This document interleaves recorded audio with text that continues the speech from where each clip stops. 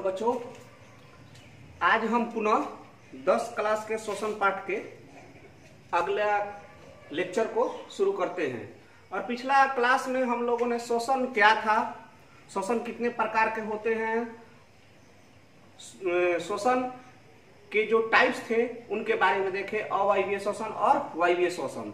अवायवीय श्वसन ऑक्सीजन की कोई उपस्थिति नहीं होती है और वायवीय श्वसन ऑक्सीजन की उपस्थिति होती है। ये सिंपल चीज था। आज हम एक क्वेश्चन करके आता है एग्जाम में कि वायवीय श्वसन और अवायवीय श्वसन में अंतर स्पष्ट करने के लिए। ठीक है, तो आज पहले उसको हम लोग देख लेते हैं, फिर आगे शुरू करेंगे। तो एक क्वेश्चन करके आता है आपको एग्जाम में, अवायवीय, ऐसा काम करते हैं, शुरू में वायवीय लिखते हैं, वायवीय श्वसन और अवायवीय श्वसन में अंतर स्पष्ट करें, अंतर स्पष्ट करें। ये एग्जाम में क्वेश्चन बन के आता है। ठीक, तो एक तरफ क्या लिखेंगे, वायवीय श्वसन, और दूसरी तरफ क्या लिखेंगे, अवायवीय श्वसन। ठीक, वायवीय श्वसन क्या होगा, एरोबिक रिस्पाइरेशन, और अवायवीय क्या होगा, एनएरोबिक रिस्पाइरेशन। क्लियर? इसके बारे में हम पढ़ चुके हैं, तो देखेंगे एक एक करके। तो वायवीय श्वसन क्या है, तो वायवीय श्वसन जो है ऑक्सीजन की उपस्थिति में होता है। तो यह श्वसन ऑक्सीजन गैस की उपस्थिति में होता है। ठीक, तो इसमें क्या चाहिए, ऑक्सीजन चाहिए।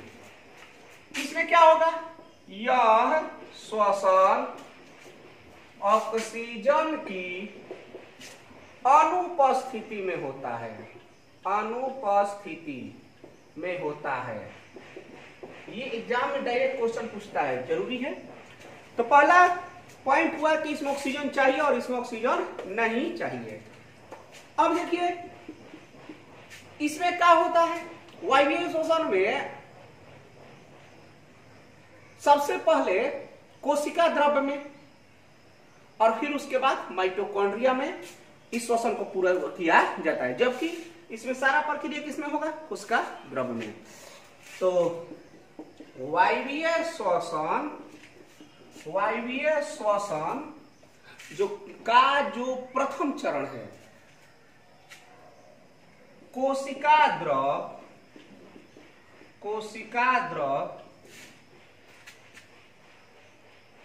तथा माइटोकॉन्ड्रिया में पूरा होता है। अब देखिए अवायवीय में क्या होगा, अवायवीय श्वसन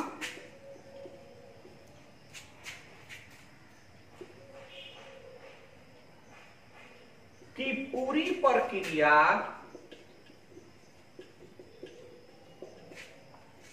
कोशिका द्रव्य में होता है, कोशिका द्रव्य में होता है। तो अवायवीय श्वसन कहाँ होता है, कोशिका द्रव्य में, जबकि इसमें कहाँ होगा, एक कोशिका द्रव्य में होगा और उसके बाद कहां पर होगा, माइटोकॉन्ड्रिया में पूरा किया जाता है। ठीक, अवायवीय श्वसन आगे भी जाते हैं हम।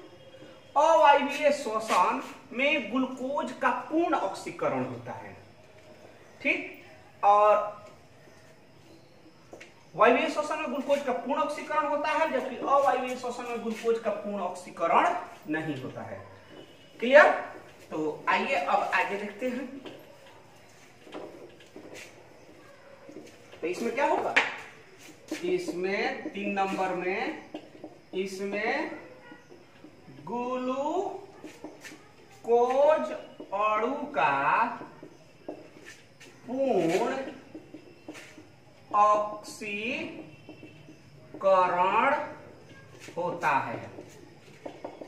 ठीक। 3 नंबर, इसमें ग्लूकोज अणु का आंशिक ऑक्सीकरण होता है। तो ये कंडीशन होता है, ग्लूकोज अणु का पूर्ण ऑक्सीकरण होता है, जबकि इसमें क्या होगा, अवायवीय में ग्लूकोज अणु का आंशिक ऑक्सीकरण होता है। 4 नंबर, इसमें ग्लूकोज अणु के पूर्ण ऑक्सीकरण के फलस्वरूप कार्बन डाइऑक्साइड जल का निर्माण होता है। वायवीय श्वसन में CO2,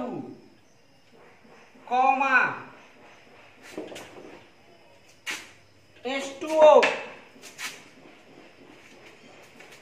एवं कुल 38 ATP, कुल 38 ATP का निर्माण होता है। निर्माण होता है किसमें, वायवीय श्वसन में, जबकि अवायवीय श्वसन में इथेनॉल, लैक्टिक अम्ल का निर्माण होता है। 4 नंबर, अवायवीय श्वसन में इथेनॉल अथवा लैक्टिक अम्ल का निर्माण होता है। निर्माण होता है, ध्यान रखिए। तो अवायवीय श्वसन में क्या बनेगा, इथेनॉल बनेगा या लैक्टिक अम्ल बनेगा। पहले हम देख चुके हैं, बस उसका अंतर देख रहे हैं। अवायवीय श्वसन में क्या करना है, ये पूर्ण रूप से ऑक्सीकरण, इसका रासायनिक समीकरण देख लेंगे और उसका रासायनिक समीकरण देख लेंगे। क्लियर, मिटाते हैं। तो चलिए अगला देखते हैं, पहले पढ़ चुके हैं।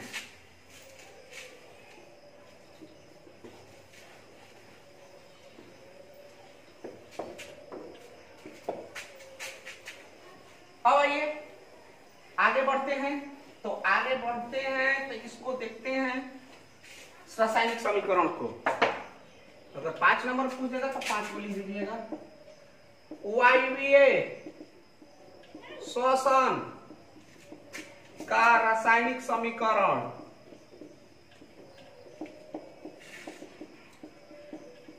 बताइए, कौन सा कंपाउंड उपयोग होगा, ग्लूकोज। क्लियर, और ये ग्लूकोज किसकी उपस्थिति में, ऑक्सीजन की उपस्थिति में किसमें टूटेगा, CO2, H2O और क्या,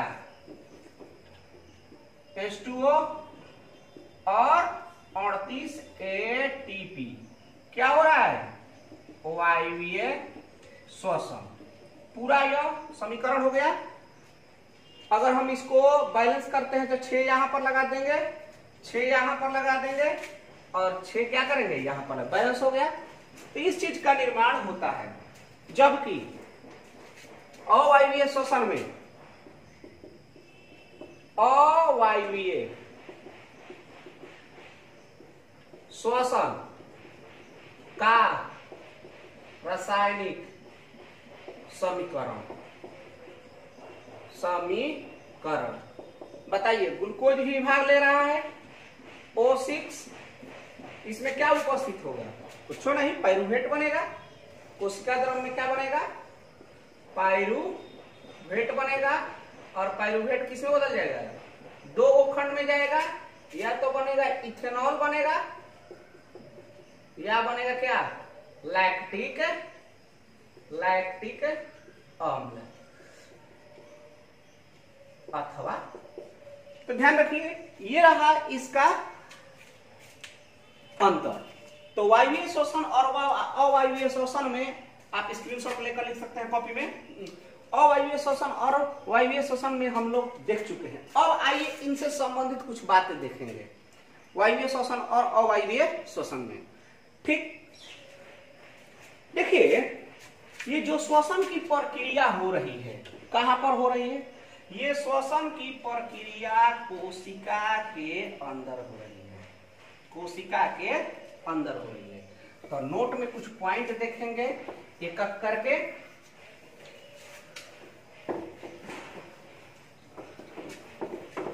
एक मिनट इससे भी क्या लेते हैं।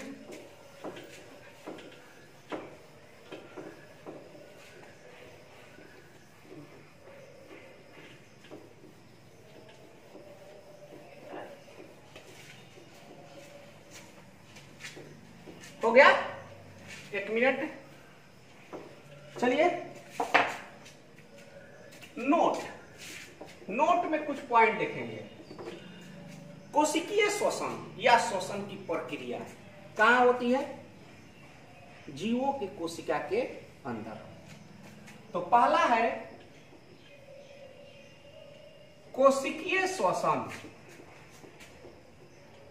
श्वसन या श्वसन की प्रक्रिया अर्थात कौन सा श्वसन है? अवायवीय एवं वायवीय श्वसन कोशिका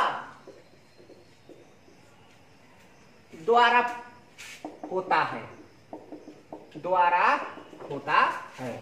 तो पहला जो श्वसन प्रक्रिया होती है, प्रत्येक जीव, जो भी जीव है, पेड़ पौधा हो जंतु हो, सभी में कोशिका में ही कोशिकीय श्वसन होता है। और वो कोशिकीय श्वसन कैसा हो सकता है? अवायवीय हो सकता है या वायवीय हो सकता है। क्लियर? दूसरा बात, अवायवीय में बहुत कम ऊर्जा बनती है। अवायवीय में केवल कुल 2 एटीपी का निर्माण होता है, ध्यान रखिएगा, बहुत कम ऊर्जा निकलता है। देखिए आपके वो आलोक प्रकाशन की जो किताब है उसमें दिख दिया है कि कुल 8 एटीपी का निर्माण होता है।